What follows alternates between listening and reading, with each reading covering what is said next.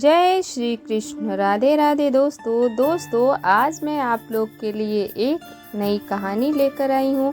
उसमें एक राजा और उनके 12 बेटों की कहानी है। उसका नाम है घास में गुड़िया। एक राजा था, उसके 12 बेटे थे। जब वे बड़े हो गए तब राजा ने उन्हें कहा कि तुम्हें अपने अपने लिए एक एक पत्नी ढूंढकर लानी है, लेकिन वह पत्नी एक ही दिन में सूत काटकर कपड़ा बुने, फिर उससे एक कमीज सिल कर दिखाए, तभी मैं उसे बहू के रूप में स्वीकार करूंगा। इसके बाद राजा ने अपने बेटों को एक एक घोड़ा दिया। वे सभी अपनी अपनी पत्नी की खोज में निकल पड़े। कुछ ही देर के हो गए थे कि उन्होंने आपस में कहा कि वे अपने छोटे भाई को साथ नहीं ले जाएंगे। 11 भाई अपने छोटे भाई को अकेले छोड़कर चले गए। वह रास्ते में कैसे जाए या फिर लौट जाए, उसका चेहरा उतर गया था। वह घोड़े से उतरकर घास पर बैठ गया और रोने लगा। रोते रोते अचानक चौंक गया। उसने सामने की घास हिली और कोई सफ़ेद चीज़ उसकी ओर आने लगी। तभी वह लड़का वह चीज़ राजकुमार के पास आई तो उन्हें एक नन्ही सी लड़की दिखाई दी। उन्हें कहा, मैं छोटी सी गुड़िया हूँ, यहाँ घास पर ही रहती हूँ। तुम यहाँ क्यों आए हो? राजकुमार ने अपने बड़े भाई के बारे में बताया। उसने अपने पिता की शर्त के बारे में भी बताया। फिर उसने गुड़िया से पूछा, क्या तुम एक दिन में सूत काटकर कपड़ा बुनकर कमीज सिल सकती हो? अगर यह कर दोगी तो मैं तुमसे शादी कर लूँगा।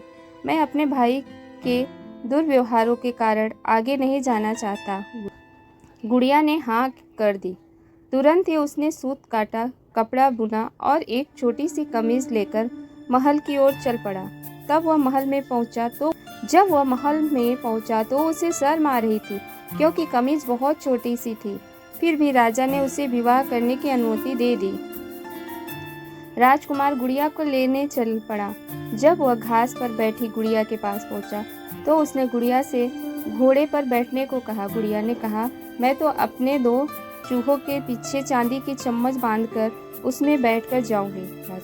राजकुमार ने उसका कहना मान लिया। राजकुमार घोड़े पर सवार हो गए। गुड़िया चूहे के पीछे बंधी चांदी की चम्मच पर सवार हो गई। राजकुमार सड़क के एक ओर चलने लगा, क्योंकि उसे डर था कि कहीं उसने अब घोड़े का पांव गुड़िया के ऊपर न पड़ जाए।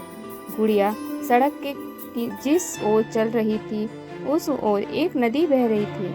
अचानक गुड़िया नदी में जा गिरी, लेकिन जब वह नदी के अंदर उसे ऊपर आई तो राजकुमारी के समान बड़ी हो गई थी। राजकुमार बहुत प्रसन्न हुआ।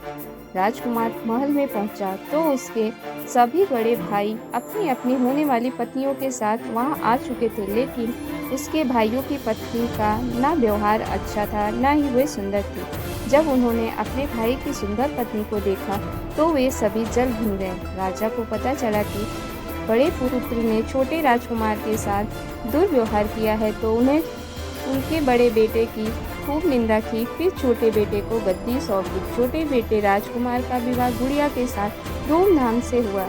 अब छोटा राजकुमार राजा था और गुड़िया रानी।